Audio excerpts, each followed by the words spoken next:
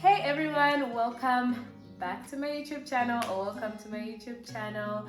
I'm glad that you're back, and today we're gonna have an amazing conversation with an amazing person. And we're talking all things wedding planning. I mean, she'll introduce herself soon, but she recently got married, and I would see how she would plan stuff on Instagram, like do all the polls and like share like tips, and I was like, oh, she looks like she's really on top of things. I was like, I need to learn from her because, guys, it's not easy. Okay, so I'll just ask you to introduce yourself because I call you Beliya, but I don't know if you're Beliya or Beliya, so I just want you to introduce yourself. Yeah, you said right. Hi everybody, my name is Beliya Bukuru. Yes, I just got married last year, so that was really fun. Nice. Yeah. How long have you been married for?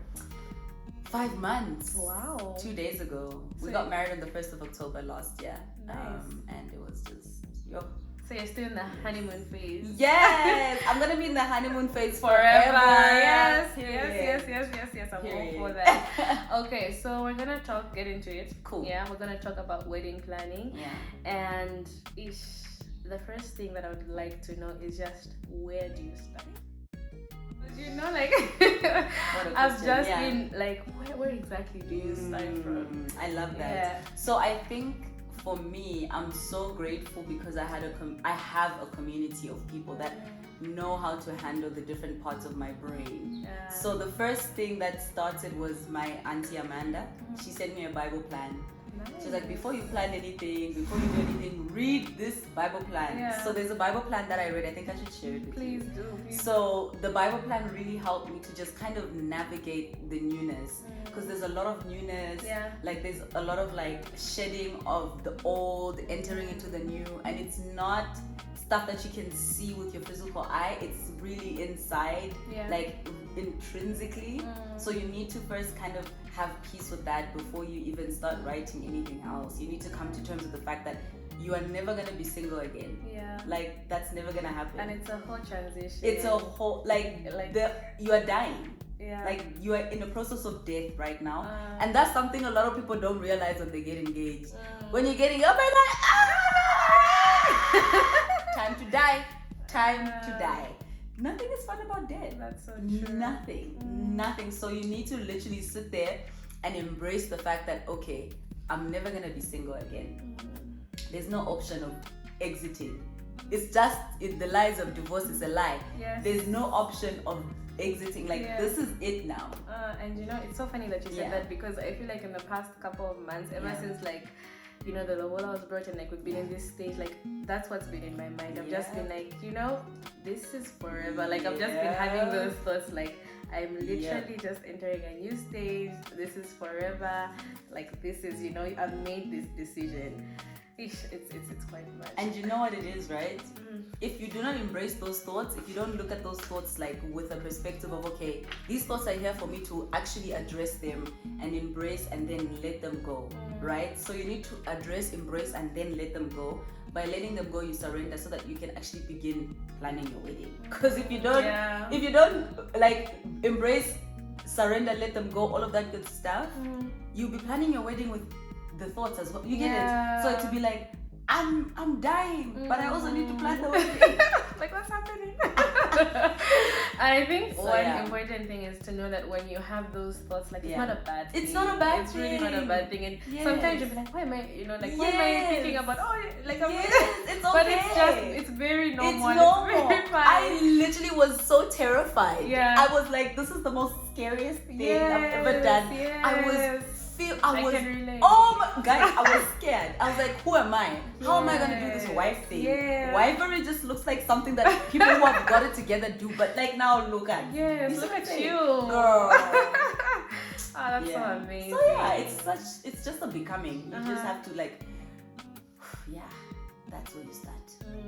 And I think also one thing that I've learned with like all the emotions that have been coming from me is just like just taking it one day at a time. Like if you try and like just deal with everything at once and like I need to be fine, like God just literally told me like whatever comes, just take it like one day, like digest it, analyze it, make sure that you know just every day just take it. And that's really helped me, just making sure that I know like everything that comes, and okay, I'm feeling this way today. Why am I feeling this way? Like, just doing a whole introspection and then moving on when it's gone, like, rather than wanting to just be okay, like I need to have it all together. That's I love amazing. that. So you started with the Bible plan. Yes, Bible plan. Then I went and I got myself a book. This green book. I don't have it right now. One of my girls is reading it because I mentor a few girls and she's also getting married, so she needed something. So that's why I got that book. I didn't realize that book would be like the sisterhood of the traveling pants. Like it's like going from one place to the other. That's so nice. So I got that book and I started out with writing down my fears. Like, this is what I'm scared of. I'm not good enough. I've never felt good enough. I feel like I'm gonna ruin this thing. Who am I to sustain a marriage? Like, all of the fears. I just wrote everything down. So it stopped being here and it was on paper somewhere, right? So I wrote everything down, wrote it down. And then I also wrote down like everything that I've done in the past that I feel like would really come and haunt me in my marriage, or it would come and just be something that would be terrible. So I used that time. I even remember it was December 2021, just after I got proposed to. I used that time to just write everything down, and then January I continued writing down. And then I started doing the planning. The actual planning. I only started planning because he proposed in December. I only started really planning in February. I see. And sorry, one thing that I've just picked up after you said like you wrote it down, like the thoughts. I heard this thing that said like the biggest way you can overcome those thoughts is with words. Like, so when you put them down, you're able to now speak against these things. Like, I'm not good enough, but your words now, like, it's one thing to try and think the right thing, but you need to speak it out and just make sure like it's just there in the atmosphere. I love that. I didn't think of that. Like, I feel like my mind has just gone straight into planning. Like, let's look for the venue. But you really just stop. Stop it. You're gonna drown. Because the race is long. It's a long. This is a marathon. It's not a sprint. So you need to take your time. Prepare your supplies. Put your backpack together. You're gonna get ashy knees. You're gonna some lotion. Oh wow. Carry your armor. First equip yourself before you start doing everything else. Like, this is good though, because this is also part of it. I had my Pastor K. Ooh, Pastor K. Pastor K. Shout out. Ooh, my pastor. Hey, what a woman. That sis literally said, okay, you're not perfect, but here's the gold in you, and this is what we're going to focus on. So she helped me see the gold, and because I wasn't so good at looking at my own gold from a perspective of God put it in here, so he's the one who needs to sustain it, not me. I wasn't good at that. I was good at looking at my gold from, ooh, I'm great. Ooh, I'm fabulous. But I wasn't like focused on the fact that all of that came from God. So you need to like position yourself and say, okay, I have insecurities, but I also have goodness.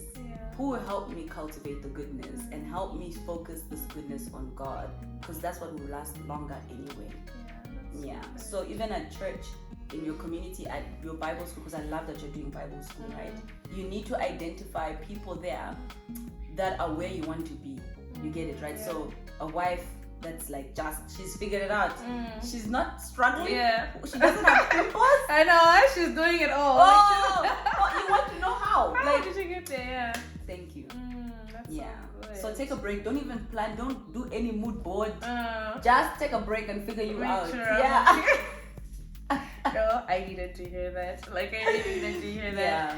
Oh wow. And then I know, like, when you start with the figuring you out, how did it like unfold for you? Like, after you did that first initial process, did the thoughts come back like maybe 4 or 5 months in the planning? Did you experience any of it? It doesn't go away. It's like, so what happens is, okay, you figured it out, but then it's still there as you planned. But because you figured it out, it doesn't dictate how you plan. So what happens is, all the confusing thoughts, all the anxious thoughts, all the depressing thoughts, all the fearful thoughts, if you don't capture them on paper and if you don't write them down, they'll still speak to you. So when you're planning, you'll be planning out of fear without you knowing it because you haven't written it down. When you're talking to your fiancé, you'll be screaming at a nigga that is not doing what he's supposed to do. I don't know whether you say that word in this channel, but I say it. You know what I'm saying? So you'll be doing things that are not aligned with what God has asked you to do, because you haven't acknowledged. Yeah. So they won't go anywhere. They'll still be there. But at least now you can identify them. Like when this comes up, it's like, hey, I remember this, and this is not the. Yeah, okay, I see. I love it. Yes. I love it. That's amazing. It's mastering your own nonsense. Yes. That's what I call it. Yeah, Wow. mastering your own and nonsense. it takes a lot to even just put it in check. Yes, like saying, okay, actually, as Lydia, I'm a people pleaser.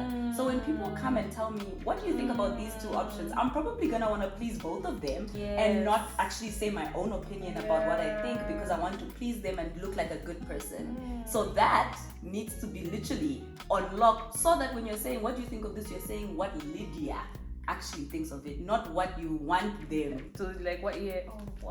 Oh wow guys, this is isn't she dropping gems? Like she's just dropping all the good stuff. This is so amazing. Yeah, because wow, it will come up everywhere. It will come up everywhere. You need to write. I mean, I can tell you everything now about you here, but I don't think the people need to know. No, they don't. No. It's okay. It's fine. No. So we can talk about it, okay?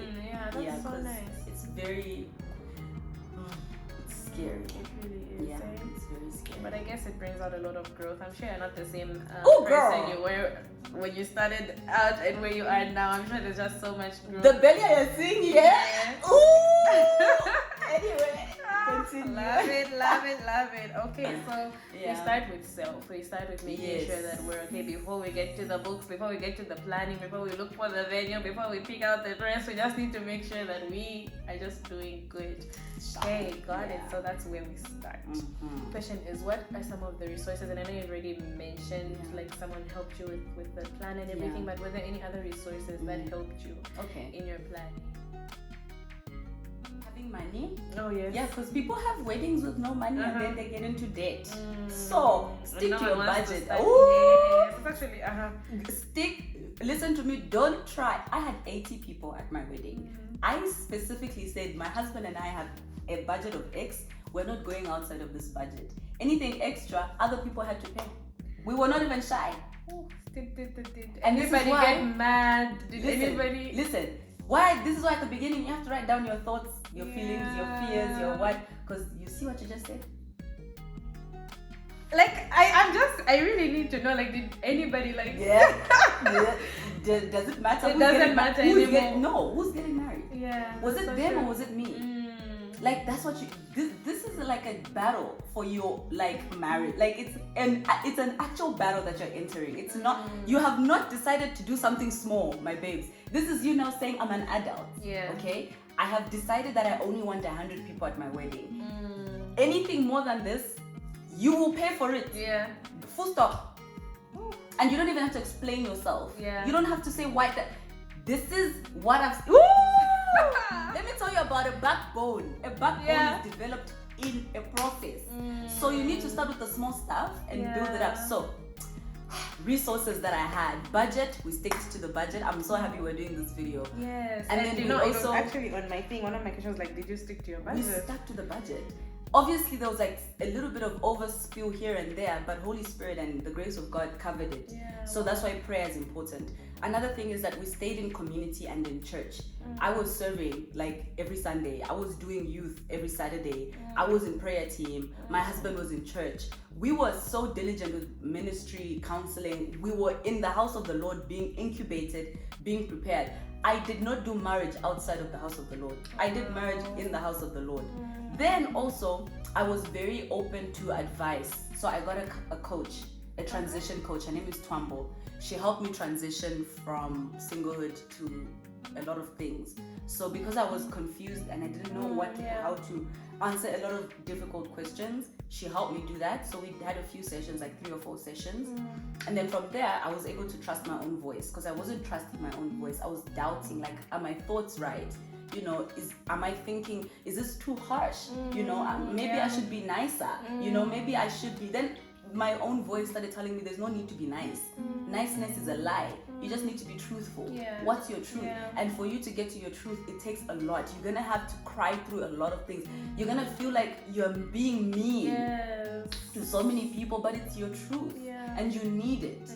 And you cannot. If you enter marriage being a lying person, me now where I am, everything I am I know exactly who I am. You can't tell me anything. Like, there's nothing, anyone, the president, Michelle Obama, I don't care who you are, I am who I am. Wow. You know what I'm saying? And that's okay. Yes, it's perfectly fine. I'm not too much, I'm not too little, I'm enough, 100%. Wow. Okay. Yes, complete as you are. Yeah. That's so amazing. Yeah. Wow. Because I didn't start like, oh, da da da. I started with myself first, and I really needed to see myself. I could not. You need to see yourself, Lydia. If you can't see yourself, the marriage would define you. Yeah, and we do not want that. The marriage would. Am I defined by my marriage? No. I'm still Beliya. Yeah. I'm just chilling. Yes. But I'm married. Wow. Yeah. Oh my gosh. So I'm just curious to ask now. Yeah. I mean, because in our culture, in Zambian tradition, like there's all this family stuff, and like with what you're saying, with how you stuck to your budget, you stuck to what you can afford, you stuck to what you wanted. Yeah. Girl. How did that play out for Girl. you? The Lord is good. Okay, so we had a Chilanga Mulilo, bridal shower, dot, and a wedding. We had 4 events. Okay, and then we had a honeymoon. 5. Wow. Okay. So, and she had a destination wedding. I had a Livingston, Royal Livingston. Wow. Like, if you can put the picture, I will. Like, I will. You share them. I will. It was gorgeous. It was so beautiful. So, I had a vision. Okay. I communicated this vision with everyone that I knew would care about it. His family and my family. When I communicated the vision, I first prayed and I said, Holy Spirit, please help me communicate this vision because I need this to be seen according to how you've given it to me. So I communicated the vision and I'm so grateful that I have very understanding parents. My parents are in church. You know, my mom is loving the Lord. She protects me with everything in her. Wow. So when I communicated the vision, they took the vision and they said, okay, this is Belia's vision and we're all running with it. No one should miss this vision. Wow. Everyone protected my vision like an egg. Wow. Literally, it wasn't even a thing of me having to try. So you need to communicate your vision. I love the fact that the Bible says that my people perish without vision. Yes, and lack of knowledge. And where there's no vision, there's whatever. So vision literally carries the whole thing. You need to tell them, this is what I want. This is why I want it. This is how it will impact my family going forward. Because you and Josh are starting a family. Like you're starting a whole, guys, a whole unit of the Lord. Something sanctified, blessed by the Lord. You're starting something holy. Like that's what you guys are starting. So you need to communicate why what you're doing is part of the holy union that you and Josh are trying to do. Instead of other people telling me, dictating, it has to be like this. Yes. That's where you start. So I have different family members with different opinions. My husband, Kulu, has different family with different family opinions, and they're from Burundi. It was, for us, it was culture mix. Yes. Okay? Like shock. Yeah. This was like so much. It was everything. Yeah. Babes, you have one thing. Yeah. One country. Everybody with all their opinions. Wow. Imagine all the opinions that I had to balance. Okay? So I'm grateful because I was given a lot of grace. You need to now pray for that grace. I was grateful because I was able to assess that I'm not perfect. I've made mistakes. I will hurt people. I have hurt people. I'm not going to always make the right choice, but I want to position myself with the one who is right, who is righteous, who is holy, so that no matter what, I have love to lean on. Okay. Yeah. That's so good. So even though people may have been not happy, not pleased, as long as you knew that you were right with God, right with your man, you're in your vision, that's what mattered. Because right now it's now about how you're starting. Yes. So even now, all the people that were giving me opinions about the wedding, where are they? It's just me and my husband. Yes. It's just me and my husband. How did you pick your lineup? What a story. My lineup story. Let me tell you a secret. If I could only have 2, I would have had 2, right? I'm telling you now. If I could only have 1, I would have had 1. Do you know what it is? It's opinions management. Yes. The more opinions, it's personality management. and then you're also trying to manage yourself. I know. It is people management. Eish. But you're gonna have to say no. Some people. Yeah. How did that look for you? So for me, I'm so grateful for my friends because as change happened, they gave me the space to embrace the change, but they also said, you know what, we're not going to try and make Beliya more pressured. She's already pressured. Yeah. So my friends really gave me the grace to just do what I needed to do. So nice. So I'm so grateful. Like Wow. all of them literally they all showed up for the wedding. Wow. Every single person that I love. And everyone was happy. Yes. And with you in it, like, no one was like, No one oh, was like, shit. wow. No, everyone was happy. Adele, Jen, Tamara, like everybody. Onida. Wow. No one came to my wedding with heaviness. Yeah. Everyone came to the wedding like, okay, obviously we would have wanted things to happen a certain way, but because life happens and this is Beliya's day, we're going to celebrate her. Anyway. That's the point. It's your day. It's my day. That's the point.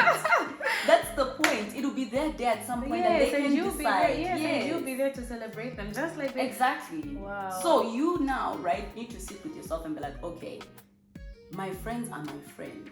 So I chose my family first as my lineup because I didn't want also to bring any tension between me and too many of my friendships, because I knew if they were on a lineup with me, I don't know what I would become, because I was also trying to figure out what the hell is going on with me, right? And I didn't want to bring too much tension. And I knew with my family, they've seen me at all points of my life, so they know, this is just who she is at this point, or this is, they know that. Nice. So I chose Onida because she's known me since like forever.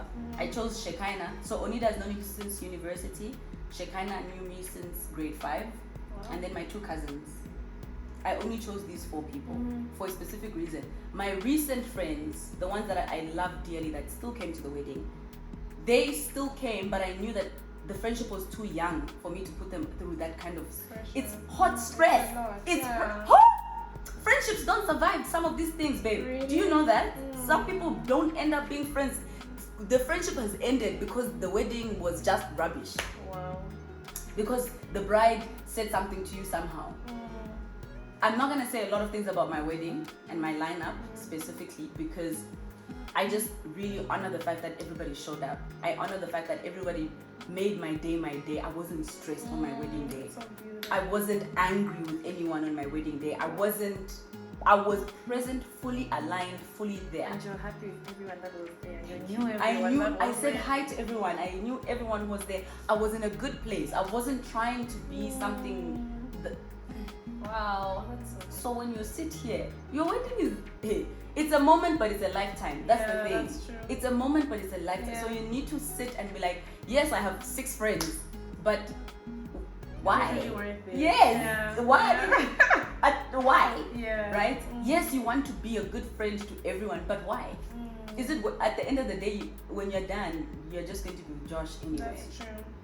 Like, your friends are going to see you sometimes.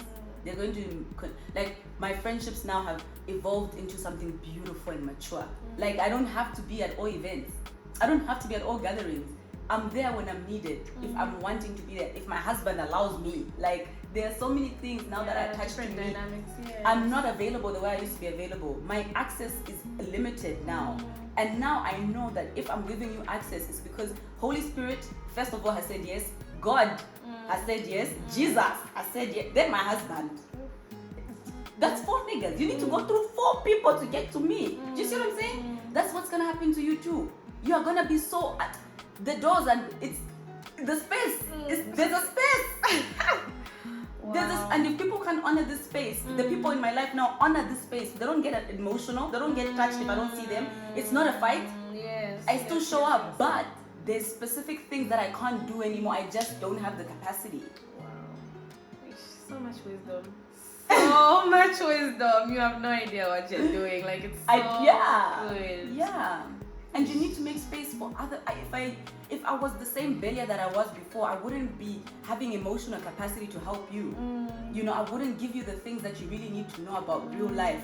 People will hurt you. You will hurt people. But you need to position yourself with the Lord. Like, that's it. Yeah. Ooh. Wow. You don't even know, like, because wow, you've just freed me from so many things. Like you've just literally freed me from so many things. You've allowed me to see it in a whole different perspective, especially when you mentioned how like analyze if the friendship will be able to go through the stress and the pressure of like I never saw it in that way. I just saw it as dresses, dance, look. Are they going to show up on time? I know, for dress fitting? Will they pay on time? Are they going to contribute to transport? Are you going to have to call them on the wedding day because they haven't showed up for hair? Are they going to be willing to wake up at... My bridesmaids woke up at 3 a.m. to do makeup and hair. My people had to pay for... They had to pay for accommodation at a vani. Are they willing to pay for plate? Like, babe, think about it. Yeah. There's a lot. There's a lot. Listen to me. And we are not done. This conversation needs another day. I'm telling you, this is just like surface. Like we just need to. Wow. I'm telling you now. Okay. Let me just see what I can ask you from what's remaining because whoa. Okay, this one is an interesting one. I want to find out how planning looked for you in a long distance relationship. Like, did he manage to be involved? Did you carry everything? How did it look for you? My husband says that when he met me, he got a cheat code to life because he skipped so many steps. He didn't have to do too much. Like, I know so much, he doesn't have to know so much.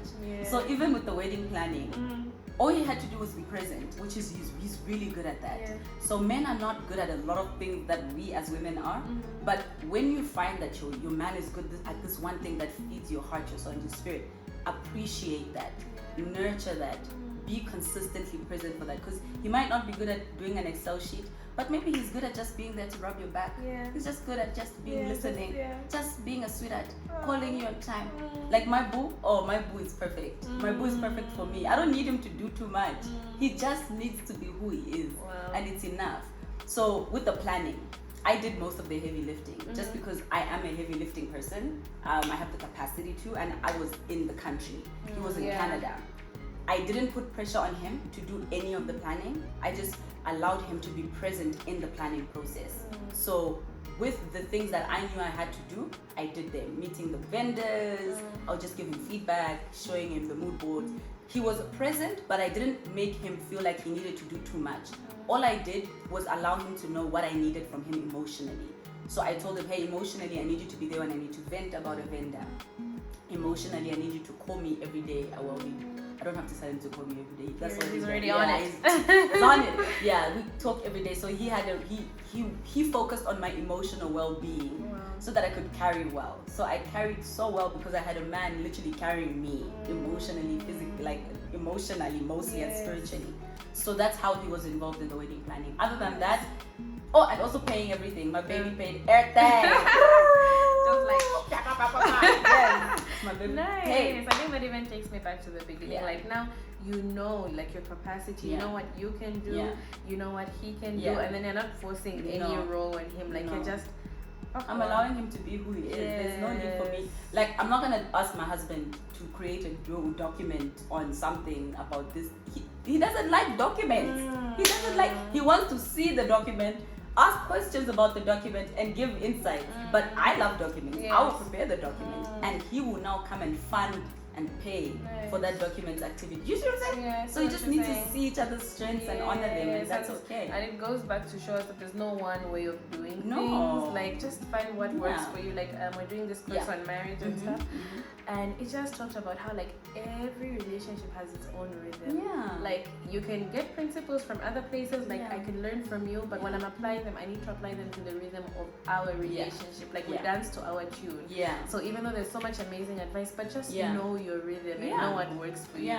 So not just because Belia's husband was and I'll be like, Josh, so I just need you to, because he loves to plan. Like he's in it and he loves to do the planning. In the beginning I feel like I was the one doing more planning, and then he's in it. I just feel like we're both like just now here. Okay, that's amazing. Amazing. Can I ask you one more question? Which one should I ask you? That's so many questions. Girl. I can ask you 2 more questions. Okay, just 2 more. This one is very short. What was your biggest lesson from wedding planning? My biggest lesson is that when people love you, they will love you unconditionally. Yeah. And they will show you that they love you.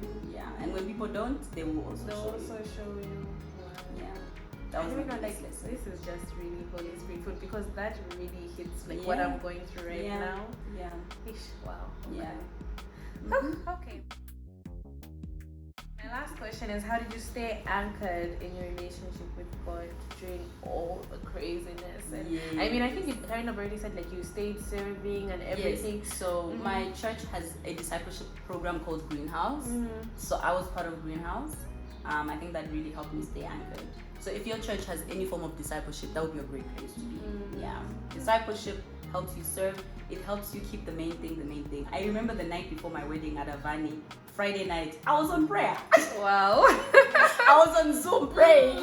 Well, and that's a lot to learn, because I think we feel like when we get into a certain stage, like we put more attention on it and leave out the things that we've been doing, whether it's serving, whether it's what. But for me, I really learned that like there's no reason for me to become too busy. Why? Like there's nothing. Then Jesus was never the main thing then. Like he was always just the thing to get you to the main thing, which is marriage. Wow. So marriage is the main thing in your life? Wow. Like, nah, girl. Marriage is not the main thing in my life. It is my life right now, but my main thing is God. Like, he is always I even tell my husband, baby, listen to me now. Yeah. God is at the top. He's in the threesomeness of us, and he's keeping us like this. Yes. If you're going closer to God and I'm going closer to God, we're going closer to each other.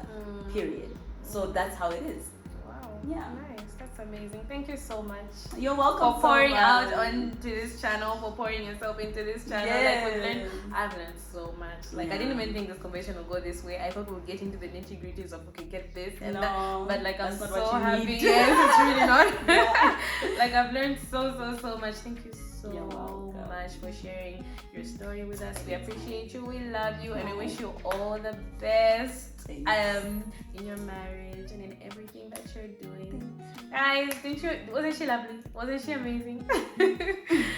Okay guys, thank you so much for watching. I hope you enjoyed this conversation. I know I did. If you did, please like it, please leave us a comment, please share it with anybody who you know who's planning a wedding, who's even people that are not married. Like this is just good knowledge. I've learned that it's just good to have knowledge. Like it just prepares you and equips you even before the time comes.